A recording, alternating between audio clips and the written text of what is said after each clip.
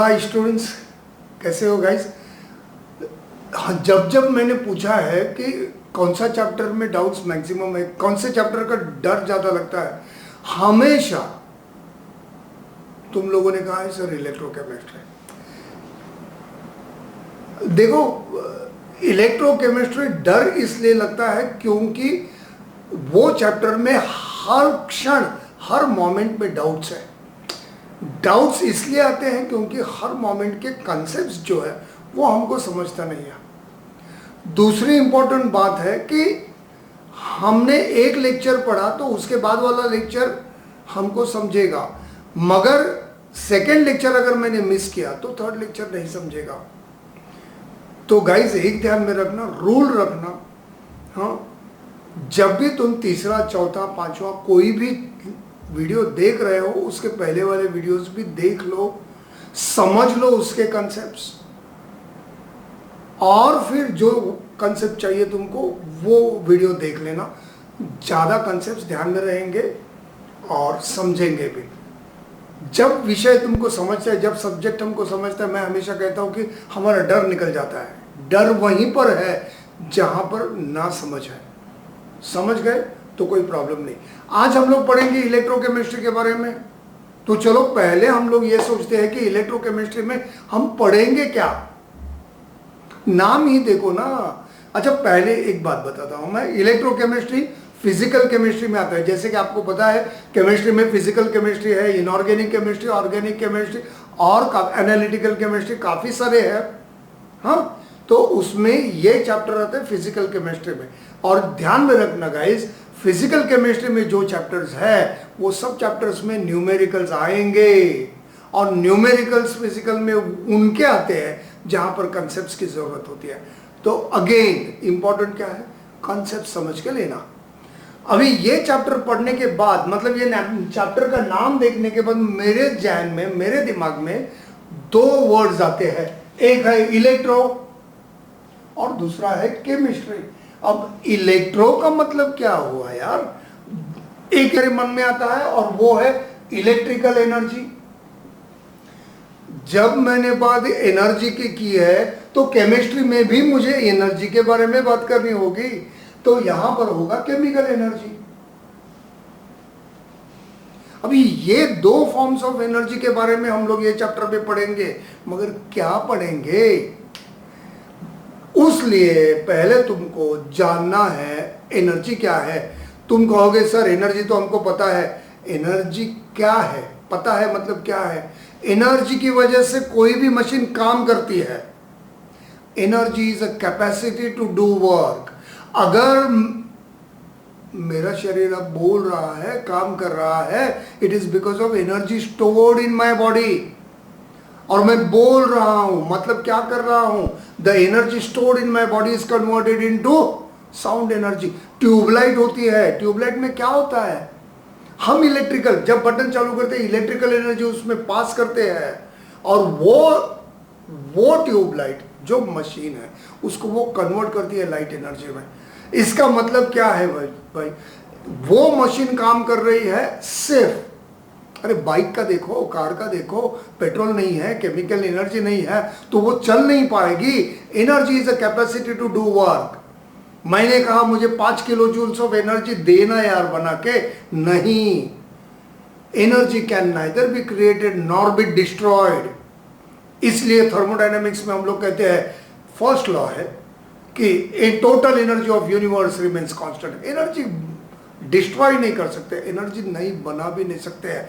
मतलब क्या कर सकते हैं, एक फॉर्म को दूसरे फॉर्म में कन्वर्ट कर सकते हैं। तो ये चैप्टर में भी हम क्या पढ़ेंगे, कन्वर्जन।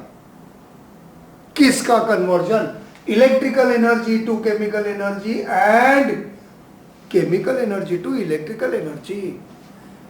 तो ये चैप्टर में सिर्फ कन्वर्जन है बच्चों, और कुछ नहीं है। अब मेरी बात जान लो, मैंने कहा कि मेरे बॉडी में एनर्जी स्टोर्ड है, वो साउंड एनर्जी में कन्वर्ट हो रही है।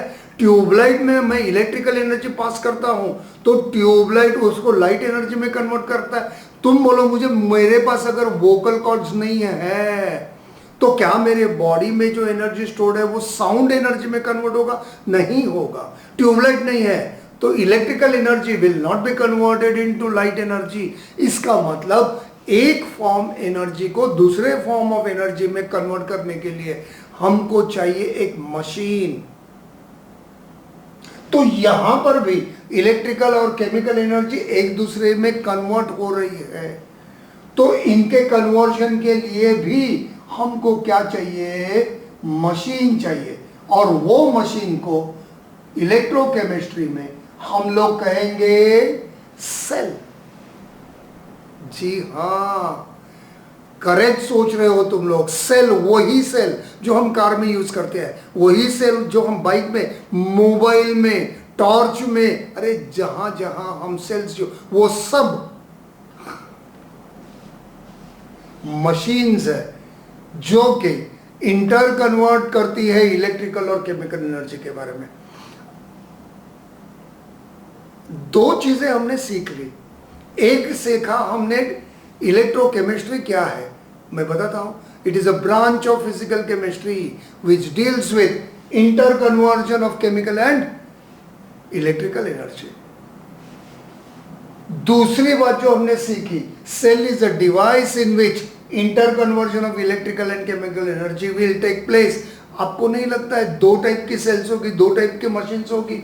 एक मशीन जिसमें इलेक्ट्रिकल एनर्जी केमिकल एनर्जी में कन्वर्ट होगी, दूसरी मशीन जिसमें केमिकल एनर्जी इलेक्ट्रिकल एनर्जी में कन्वर्ट होगी। और गाइस, ये पूरे चैप्टर में हम सिर्फ ये दोनों के बारे में पढ़ेंगे। ये जो सेल है ना, ऐसी सेल जिसमें इलेक्ट्रिकल एनर्जी केमिकल एनर्जी में कन्वर्ट होते हैं, उसको कहते हैं इलेक्ट्रोलाइटिक सेल। क्या कहते हैं उसको? Electrolytic cell. और ऐसी सेल जिसमें केमिकल एनर्जी इलेक्ट्रिकल एनर्जी में कन्वर्ट होती है, उसको कहते हैं इलेक्ट्रोकेमिकल सेल।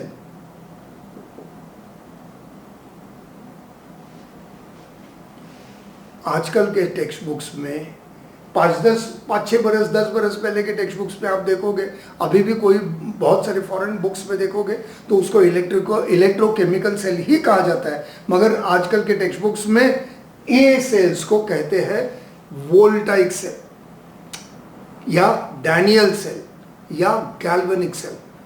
डरना नहीं, Volta name of scientist, Daniel name of scientist, Galvano name of scientist. तीनों साइंटिस्ट ग्रेट थे। आपको पता है every scientist is great scientist. तो गाइस, हमने 4 चीजें पढ़ी। एक इलेक्ट्रोकेमिस्ट्री का डेफिनेशन, दूसरा सेल का डेफिनेशन, तीसरा इलेक्ट्रोलाइटिक सेल का डेफिनेशन। हाँ, पढ़ा ना? तुम कहोगे वो क्या है? ये सेल ऐसी है जिसमें electrical energy is converted into chemical energy. Electrochemical cell is a cell in which chemical energy is converted into electrical energy. Guys, ये definitions ध्यान में easily रहेंगे क्योंकि रट्टा मारने की जरूरत नहीं है। अगर तुमको समझा होगा, ध्यान में रखो, बोर्ड के लिए पढ़ाई और कॉम्पिटिटिव एग्जाम्स के लिए पढ़ाई अलग नहीं होती है। समझना तो दोनों के लिए है, सिर्फ दोनों में टाइप्स ऑफ क्वेश्चंस चेंज हो गए। अगर आपको विषय समझा है तो दोनों टाइप के क्वेश्चंस आप कर सकते हैं। इसके बाद ये हो गया इलेक्ट्रोकेमिस्ट्री का इंट्रोडक्शन, मैं कहूँगा, जिसमें हमने 4 डेफिनेशंस पढ़े। इसके बाद हम पहला पढ़ेंगे इलेक्ट्रोलाइटिक सेल के बारे में, फिर हम पढ़ेंगे इलेक्ट्रोकेमिकल सेल के बारे में, जो कि काफ़ी कंसेप्चुअल है। ये न्यूमेरिकल्स की बात मैंने शुरू में की थी, इसमें भी न्यूमेरिकल्स है। Faraday's first law, Faraday's second law. जी हाँ, मैं कोशिश करूँगा ये सब न्यूमेरिकल्स ओरली हम कैसे सॉल्व कर सकते हैं, ट्रिक्स भी दूंगा मैं, अगर तुम मुझे डाउट्स पूछो तो। हाँ, और ये इलेक्ट्रोकेमिकल सेल, इसमें कंसेप्चुअल न्यूमेरिकल्स होते हैं। काफी डरावना है, हमेशा डरते हैं बच्चे, मगर तुम नहीं डरोगे। ठीक है।